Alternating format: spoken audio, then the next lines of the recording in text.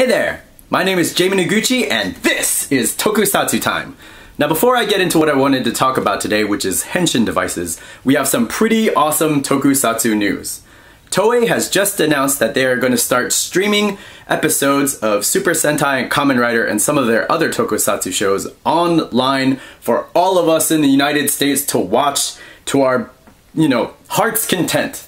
There's going to be a fee associated with it, which is alright because, I want to support the genre, I want to help them make more of these shows, and so far the only way I can support them is to buy import toys, which are pretty expensive. So if all I need to do is pay a subscription fee and watch hours and hours and hours and hours of Kamen Rider, I'm fucking there. That's awesome.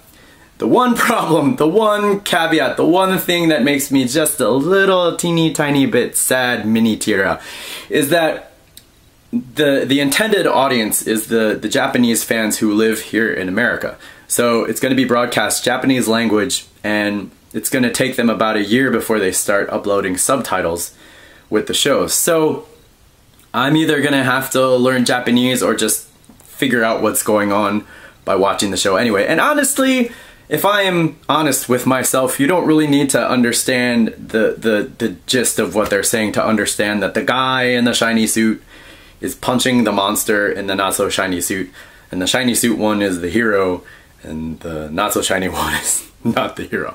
So you can pretty much figure it out. You won't get the nuances of like all the hidden subplots and sub-themes, but you can probably figure it out without learning the language.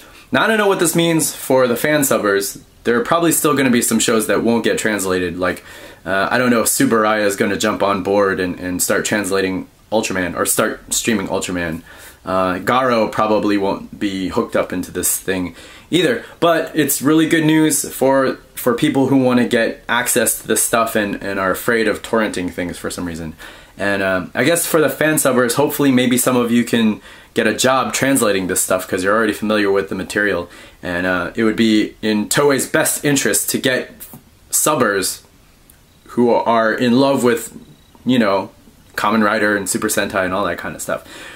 So we'll have to wait and see how this shakes out. We'll have to wait and see how the fan sub community responds, and we'll have to wait and see how long it takes for them to translate them because it's so awesome and I want to watch it. Alright, enough of that. We're going to go back and we're going to talk about Henshin devices. So in general, Tokusatsu heroes don't walk around town in their battle uniforms. A lot of times they got these helmets with terrible peripheral vision. They've got these gloves which make it really difficult to type things accurately if your hero has a day job that they need to pay the bills when they're not kicking ass. So these battle suits aren't practical for everyday use. Now if it's a Super Sentai show, the heroes in their normal clothes, wearing clothes like this, will probably wear something that corresponds to their color. So the Red Ranger will usually have like a red shirt or a red jacket or red pants or something like that. The Blue Ranger will have something similar blue on their clothing, and so on and so forth. So you can visually identify who they are in their civilian wear. But when it comes time to defeat the villain of the week, our hero will pull out a device, do some kind of awesome pose, say something cool, and transform into their battle form. And then the rest of the episode happens. Henshin devices come in a variety of different forms, and they're usually everyday objects that are slightly enhanced with like different paint or something like that. So I've seen pens, I've seen glasses, there's bracers, sometimes you get a gun that helps you transform. Phones are really popular these days. Belts are really popular if you're a Kamen Rider.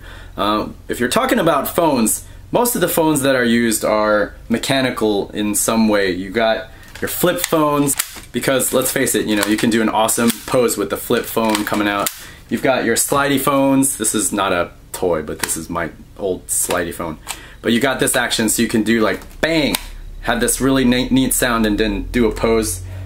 You rarely see smartphones, because what can you do with a smartphone? You pull out your smartphone and like Henshin. Smartphones make terrible Henshin devices. You want something with a neat sound, like a mechanical sound, or like a really cool action, like a wah flip thing. Actually, I'll turn this on. Yeah, got that flip thing going on. So why all of these different Henshin devices? And it's I think it's a fair question. Well, the tokusatsu genre is aimed at children, and the best way to ensure that you can do more of these shows and that you have a show for next year is to make a lot of money. Best way to make a lot of money is to sell toys, and if you can sell a toy that lets the kid pretend that they can transform into the superhero, I mean, that's how you print money. You're just printing money. One of the most toyetic Henshin devices of the entire history of Super Sentai, I think, is the Mobirate from Pirate Sentai Gokaiger. The gimmick for the Pirate Sentai is that they have the powers of all the previous Sentai Rangers, and to unlock those powers they use these Ranger keys. Now here's where the buying power comes in. You can sell as many Ranger keys as you friggin' want. You can sell Kamen Rider Ranger keys, you can sell, you know, all of the past Super Sentai Hero Ranger keys. You can even sell different versions of the same key. So this is the standard version of the of Aka Ranger from the original Super Sentai series. And then this is another version. Now the only difference between the two, in order to flip up the feet, you have to kind of do it manually. This guy has a neat little button, spring-loaded button, so you could make it do it like in the show. But yeah, so you can sell same version, different versions of the same toy. There's even like glitter versions of this one, so you know, you get the idea. Anyway, you can resell the same toy over and over again, and the kids will buy it. The adults will buy it. Hell, I will buy it, because that's just what happens when you're into the fandom. So anyway, alright, so here, you got the toy, you got your key, put the key, you got that sound, turn it on, and you're transformed into Go Ranger, which is awesome, and you get all of these keys. You can do this over and over again. You can go on the playground, you can do your poses, you could punch your friends, and you go home and you buy more keys. I mean, it prints money. So that's why the Henshin devices are so prominent in tokusatsu shows. So me being a stupid nerd, I like to think of reasons and explanations for why you would need a Henshin device to turn on these suits. Because it's not enough for me to say, oh, they're just trying to sell toys. I'd like to come up with internal reasons why it would make sense for this to be. No reason, that's the way I like to go. Because normally when the hero is handed the device, it's sort of like, here's the thing that will let you transform into another thing so that you can punch these monsters. And that's great. You get, yay, I get a new toy, but you never really are told that your suit is waiting in some other location like hyperspace. So this is the way I like to think of the tokusatsu battlesuit and the reason why you need a device. Well, first of all, it makes sense to me that you would want a system where you could flick a switch and instantly transform, because these suits take an awful long time to put on. First you've got that skin tight body part that you've got to zip up, then you've got all these different armor pieces, then you've got a belt, then you've got a helmet that's got to be calibrated and conform to you and let you see in peripheral vision, because they've got these visor things. Not to mention all the weapons that you need to carry and all this other stuff. So it makes sense that you would want to develop a system that you can instantly put on, because you never know when the monsters are going to be attacking you.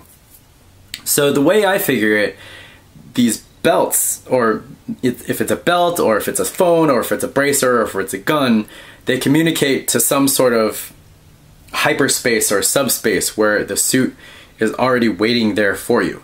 And whoever is holding the device, somehow the device is able to communicate to the suit, and it says, you know, the person who has turned on the suit is this tall or this wide and has these dimensions and needs these power-ups and these upgrades, so it instantly conforms to you when you hit the device. Now, where does this technology come from? I have no fucking clue. I haven't figured that part out. But I like to think that these suits are waiting for you in subspace, so you could just bang, boom, and you're on. So that should give you a pretty good idea of the Henshin device, what it's used for, what it's really used for, selling toys, and how much fun they can be when you actually get to play with them. So, in the comments, please tell me what your transformation device would be if you were a tokusatsu hero. I've seen belts, I've seen phones, I've seen a toothbrush. It was not a good show that used the toothbrush. That was very bad. But if you have an awesome transformation device, a unique way of transforming into your hero, please let me know in the show notes. Mine would probably be like a pen of some kind, like pen, ultra drawing powers. Psh. and then, you know, my arm would turn into like a big brush with infinite ink so I could ink all the comics or something like that. So anyway, leave your Henshin device in the comments. Let me know what type of hero you would be. Let me know what type of transformation device you'd do and all that kind of good stuff. And I'll check you next time. Thanks for watching. Bye.